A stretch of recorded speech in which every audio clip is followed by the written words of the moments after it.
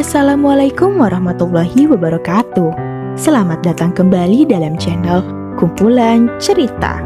Masih bersama Kace dengan cerita Silver Moon, sebuah karya karangan Kak Pokinop. Selamat mendengarkan. Part 31. Indri terus mengurung dirinya di kamar bernuansa klasik itu selama sehari penuh. Bukannya ia tak mau keluar, tapi ia sibuk memikirkan cara bagaimana ia bisa kabur dari tempat itu. Dinar sama sekali tak mengekang, mengurung, atau memberikan penjagaan ketat padanya.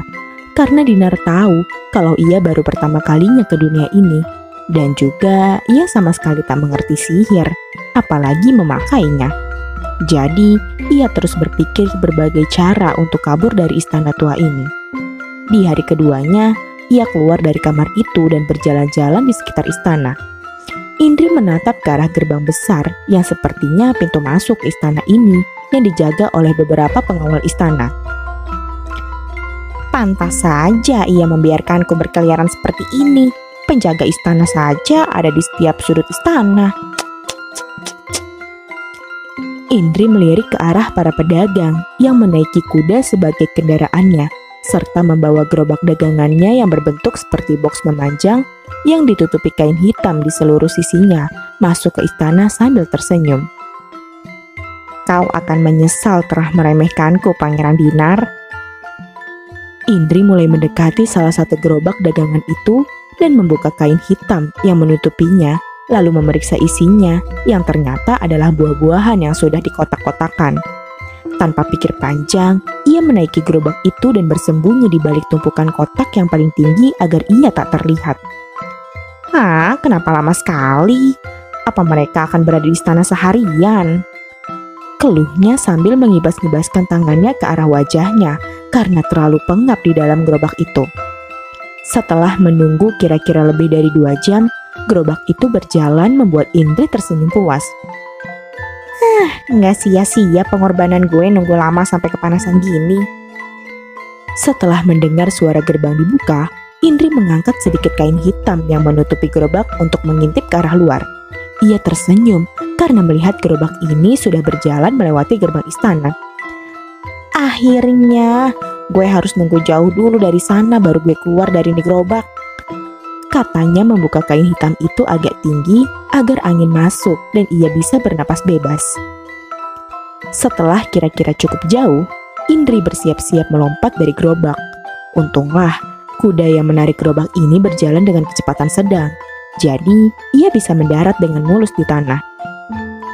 Jadi, apa yang harus gue lakuin sekarang? Gue nggak tahu ini di mana. Gue nggak bawa apa-apa. Bahkan gue lupa bawa tas kuliah. Malah gue tinggal di kamar itu. Padahal dompet, HP sama barang-barang gue di tas. Sayang banget sih. Gak mungkin kan gue mau balik lagi.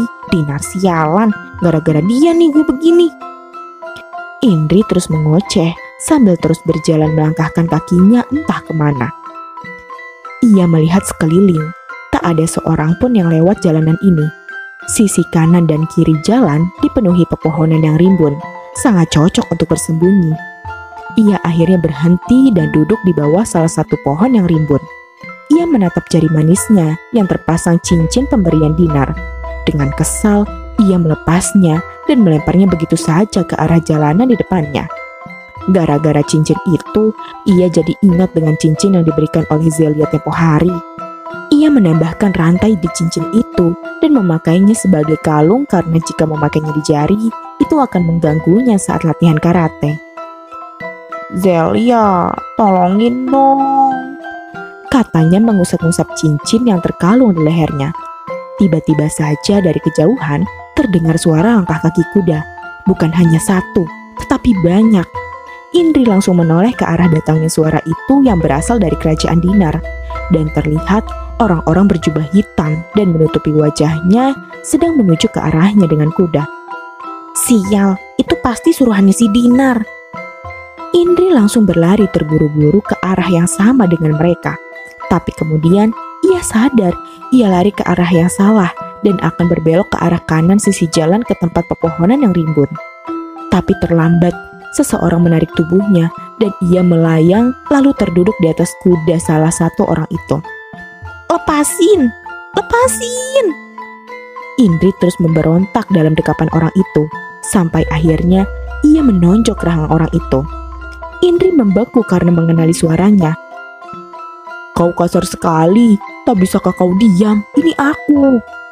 Zelia membuka kain yang menutupi wajah serta kepalanya di hadapan Indri. Indri membeku karena kaget, tapi detik berikutnya ia langsung memeluk Zelia. Hei, kita berdua akan jatuh dari kuda jika kau seperti itu. Zelia memperingatkan, tapi ia tak peduli dan tetap memeluk Zelia sambil menangis. Indri menangis keras. Aku kira aku akan mati dibunuh Dinar. Aku kira aku tak akan bisa bertemu dengan keluargaku lagi. Aku kira aku tak akan bisa kuliah lagi. Aku kira... Zelia mengusap-ngusap kepalanya untuk menenangkannya.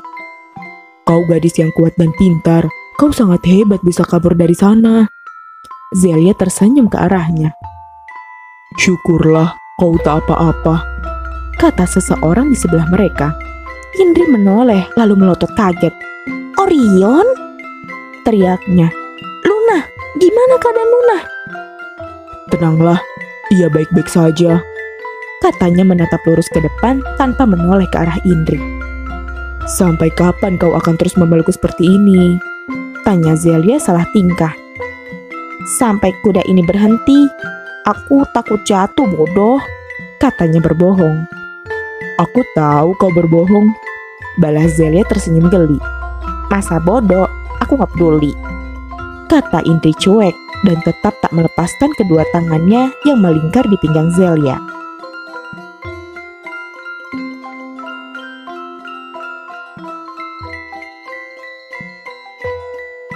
Putri, kau baik-baik saja? Tanya Ersi khawatir. Iya, aku tidak apa-apa. Luna tersenyum. Tapi aku tak mengira kalian bisa bela diri. Luna tersenyum kagum. Tentu saja, kami kan pelayan sekaligus pengawal pribadi Putri. Ersi tersenyum bangga. Ini bukan saatnya untuk kagum, Putri. Kota ini sangat tak aman. Bahkan bandit-bandit sini saja bisa masuk ke penginapan, kata Elsie heran bercampur kesal. Kita harus cepat-cepat pergi dari sini sebelum kejadian seperti ini terulang lagi. Elsie menarik tangan adik kembarnya. Tapi sebelum itu kita harus menunggu pangeran dan yang lain. Seharusnya mereka akan sampai sebentar lagi. Ketika sampai kembali di penginapan, Orion melotot kaget saat melihat keadaan penginapan itu sangat berantakan. Jantungnya sempat berhenti berdetak selama beberapa detik mengingat Luna ada di dalam penginapan itu. Orion langsung berlari begitu saja meninggalkan kudanya yang belum ia ikat. Luna! Luna! Teriaknya mencari-cari Luna.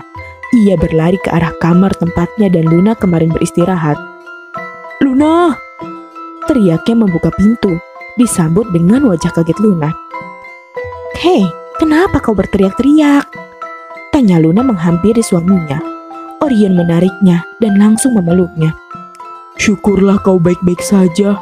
Aku kira sesuatu terjadi padamu, katanya menghela nafas lega. Kau terlalu berlebihan, Rion. Aku pasti baik-baik saja karena aku bersama Ersi dan Elsie. Ia tersenyum sambil menapuk-napuk punggung Orion. Luna, seseorang muncul di belakang Orion dan membuatnya kembali kaget. Indri? Luna melepaskan pelukannya dari Orion dan langsung berlari memeluk sahabatnya. Ini benar-benar gila. Aku tak tahu harus bicara apa, kata Indri mengeluh padanya. Maaf, aku janji akan menjelaskan semuanya padamu setelah kita sampai di Biores. Indri menganjrit heran. Di Biores? Itu kan namanya Orion.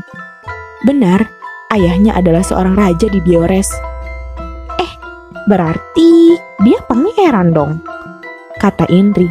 Dan kau istrinya. Itu artinya kau seorang putri. Luna bingung harus bereaksi seperti apa. Ya, begitulah. Kita harus pergi dari sini sebelum matahari terbenam, pangeran. Putri, kita harus mencari penginapan di tempat yang aman. Kalian lihat kan, tempat ini sama sekali tak aman. Zelia memperingati. Sudahlah, nanti kalian bisa melanjutkan obrolan kalian setelah sampai di istana. Kali ini, Orion menarik dan menggandeng tangan Luna yang membuat Indri berdeci. Zelia juga ikut menarik tangan Indri yang masih mematung menatap kepergian Orion dan Luna. Ayo. Cukup sekian part kali ini. Bagaimana menurut Sobat Kece? Bagian mana yang paling berkesan? Komen di bawah ya. Jangan lupa berikan jempolnya dan tekan tombol subscribe-nya ya. Serta nyalakan loncengnya agar Sobat Kece tidak ketinggalan dengan kelanjutan ceritanya. Karena KC siap menemani kamu jelajahi cerita, ciptakan dunia.